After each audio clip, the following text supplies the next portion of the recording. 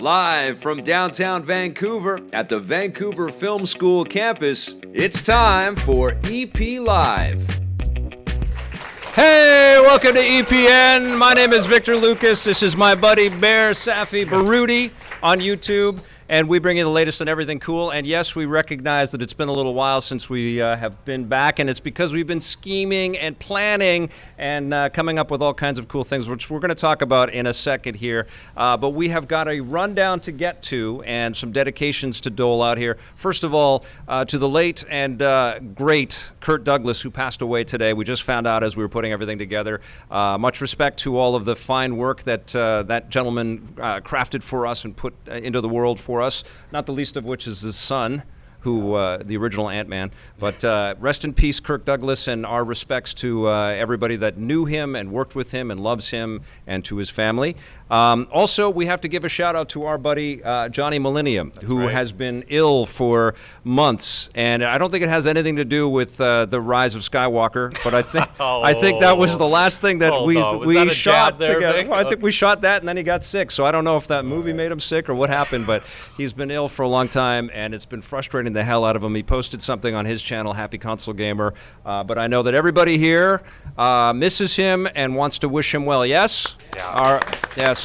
Johnny, get better. And also a big shout out to everybody that's been waiting for new episodes of EP Live. We love to do this show, and I wanted to invite Behr back to be here as often as he can be, and to put some fun episodes together. And so we've been planning a bunch of different things. But big appreciation and thank you very much to all of the members that continue to support us with their monthly subscriptions to the EP Live and the EP content that we've been making. I hope you've been enjoying it. We launched the Sunday features recently, and one of the cool little benefits that we've given to the members is that they get the Sunday features on Saturday. So something to think about there. Anyways, thank you all, and let's get started with your rundown. All right, Nintendo has dropped a few new details on the future of the Switch.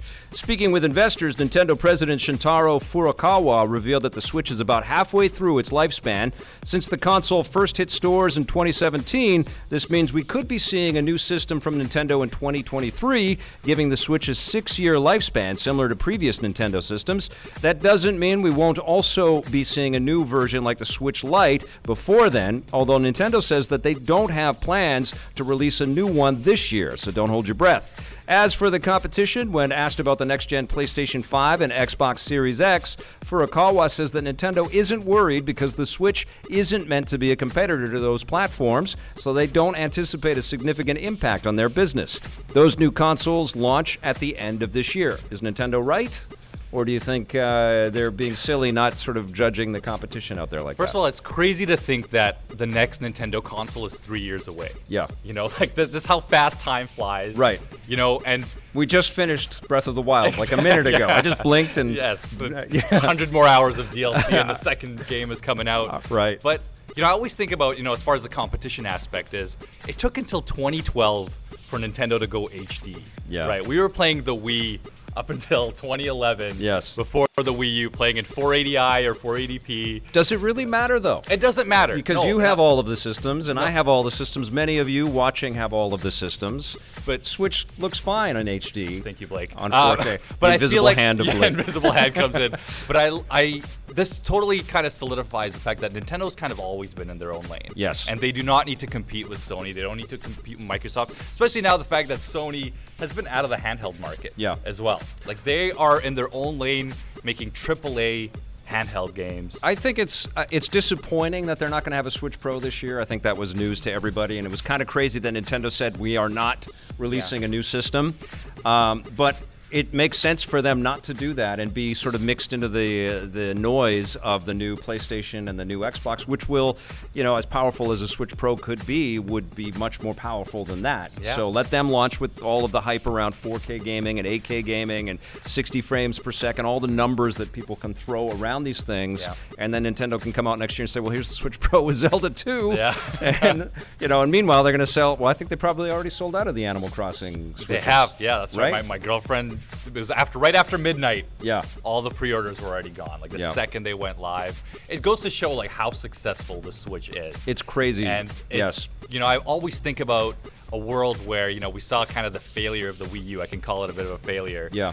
Oh, you can call it a failure. I think Nintendo calls it a failure at this point. If, the Switch was not a hit, yeah. Would we have seen Mario potentially show up on PlayStation or Microsoft, Dude, right? Like yes. we were this close, right? I feel like, to seeing that. Well, Nintendo didn't know either. They didn't know. Yeah. They had no idea that we were all going to jump on board with this idea. But it was an idea that I think we all had been circling around as a concept.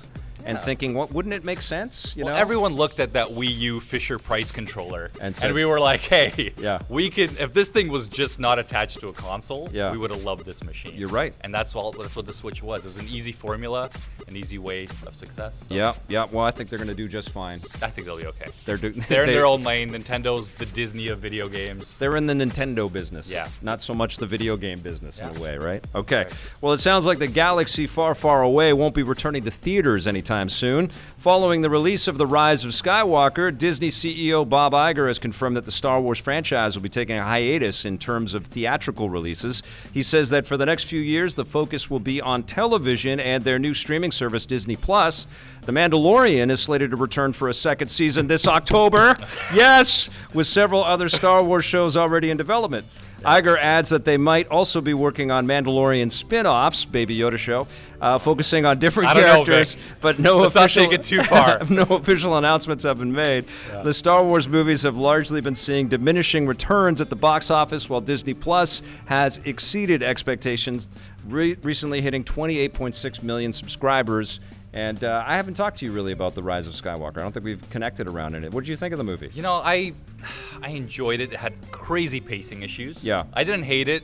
I just feel like the sequel era will always be that sequel that we're going to look back at and be like, this could have been so much more. Yes. And that's because we had amazing casting with John Boyega, Daisy Ridley, Oscar Isaac. Just had this great cast, but these characters were just not fleshed out well. Like, I didn't like Rey as much as I wish I liked her. I loved Rey. I feel like they could have, that character progression could have been stronger. I feel like she could have been, yeah, suffered a little bit more, yes, kind of gone through her hardships, really seen her train as a Jedi. Right. Like, can you believe we had Mark Hamill healthy, looking great, and we totally just threw away the character. Like he threw away the lightsaber. Just like he threw away the lightsaber. That always, I look back at the sequels, and that's what I always think about. I know. Like, we wasted Luke Skywalker. Yeah.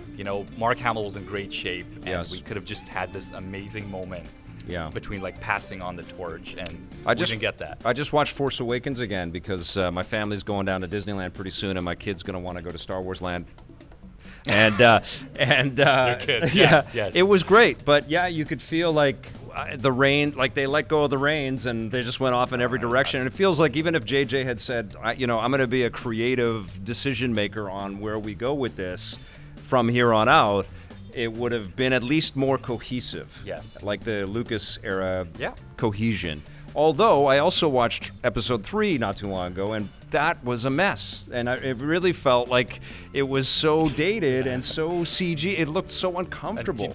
And episode 3's people's favorite from the prequel era. But it's hard to watch now, especially after The Mandalorian. Try watching episode 2. Oh, 2 is brutal. Yeah. You know what it reminded me of? It was like weather people in front of a green screen, and they're pretending to be in hurricanes and stuff. I mean, that's what the Star Wars movies look like to me. And to go back to the topic here, this is the reason why I feel like Disney wants to take a break from these films. Yes, it was clear that they should have had a plan from the very start. 100%. There should have been a cohesive story of this is what we want to do for episode 7, 8, 9. Yep. Instead of kind of passing on the torch. Yes. And writing something new, because The Last Jedi will always be that movie that'll be did that really? What did that do for the sequel era? It's frustrating. I mean, lots of lore was created and lots of threads for future stuff. Yeah. I would be happy if they said, you know what, Mark Hamill, we didn't really do enough with you.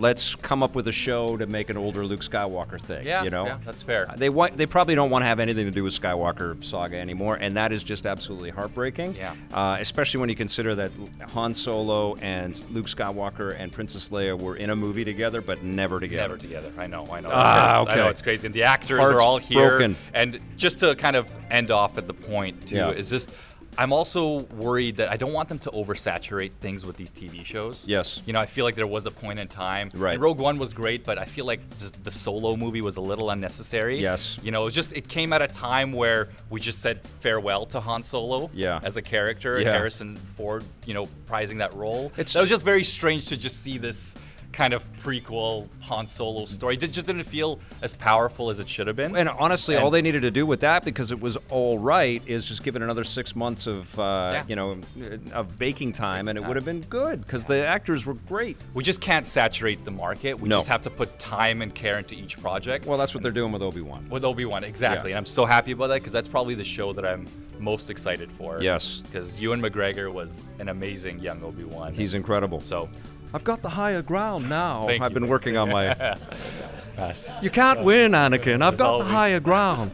That's what happens when you watch episode 3. Where's your hello there? Okay. Hello there. No, I can't. It's terrible. It's more C-3PO. All right, now over in the world of video games, the Star Wars franchise is helping to prove that there's still demand for single-player stories. EA has announced that last year's Star Wars game Jedi Fallen Order has exceeded their expectations and sold almost 10 million units. A round of applause for those guys. Yes. Unlike most other EA projects, the game relied entirely on single player with no online multiplayer or co-op, and its marketing also touted the fact that it has no microtransactions or paid loot box mechanics. I love that those are bullet points and features. Yeah. It's unclear how much of a role that played in helping the game win over players. Developer Respawn Entertainment was bought by EA while Jedi Fallen Order was in development, so don't be surprised if they have similar projects on the way.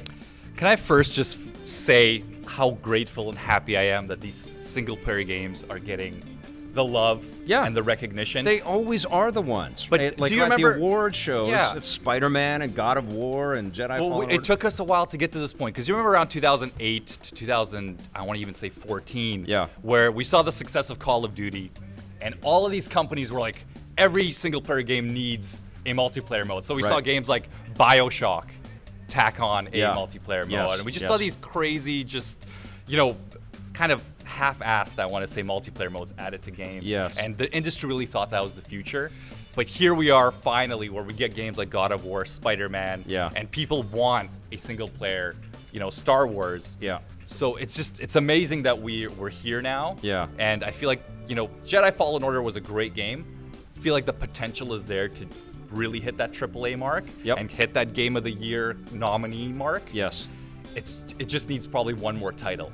I fully agree. And Respawn was an excellent acquisition by EA, and I played Titanfall 2 over the Christmas break there, and I had such an incredible time. You played it again? I did. I jumped back in. I was playing some of the story and some of the multiplayer. It's still very vibrant in terms of multiplayer. It is, Speaking of multiplayer. It was free on PlayStation Plus as well, so huge. They're an amazing company, The one thing, though, that I will say, and this is kind of goes against what we were just talking about with the movies and rushing things, is that they have these amazing characters, these the Skywalker saga characters, and the only sort of 3D make your own kind of fun adventure type of experience that we're going to get with these characters is going to be in the new Lego game, and that's a missed opportunity too. It's like I would love to play a Han Solo single player adventure game and go off on a mission with Chewbacca and land on different planets and all that stuff.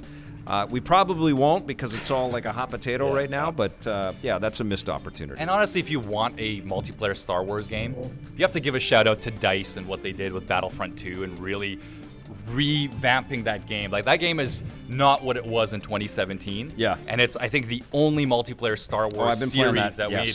It is absolutely amazing. They just released the BB-8 and BB-9E update, and it's so much fun. I can play that game for hours. You know what? That was actually the reason why I thought about this Han Solo thing. I jumped into the story campaign, which is just okay. It's okay, But they built all the world. They built all of these assets. Why not give those assets to Respawn and make a single-player experience with Luke Skywalker or Han Solo? And it was cool to see Han Solo pre-Force Awakens, right? Yes. Like, that was part of the story. It was just, there was these little kind of story parts in that were like, wow, this could be an amazing solo experience. Yes. No pun intended. We are going to get to Tommy in a second here, but a real quick unboxing. Replicade sent us something out of the blue. I didn't know that this was coming. It's always an unboxing, Vic. Not always. It's always an unboxing. Always, you always get sent this stuff. This Where's cool. the stuff going to go, Vic? Well, right now it's going on the set. Okay. Well, after the set runs out of space. Okay. Can we give it out to some of the fans here? Just, Oh, bad idea. Bad idea. This was Behr's last co-hosting gig. Damn it. This is I cool. just got hired. This too. is a.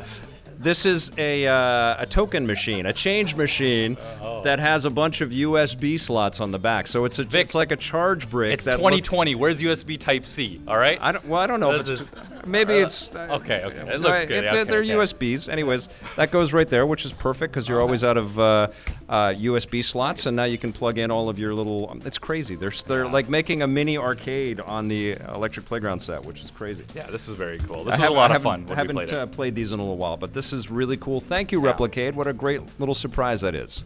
A coin machine for these at that scale. Very cool. Okay, you guys, we have a new segment that we are starting with this new season of EP Live. This is our 30th season of making television, or I still call it television. 2020, Vic. We're in the future. I know, it's you crazy. finally have one gray hair. Yeah, just one. Yeah. Yeah, I love getting those comments about, man, you don't look the same. Yeah, that's what happens when you keep doing things for 25 years.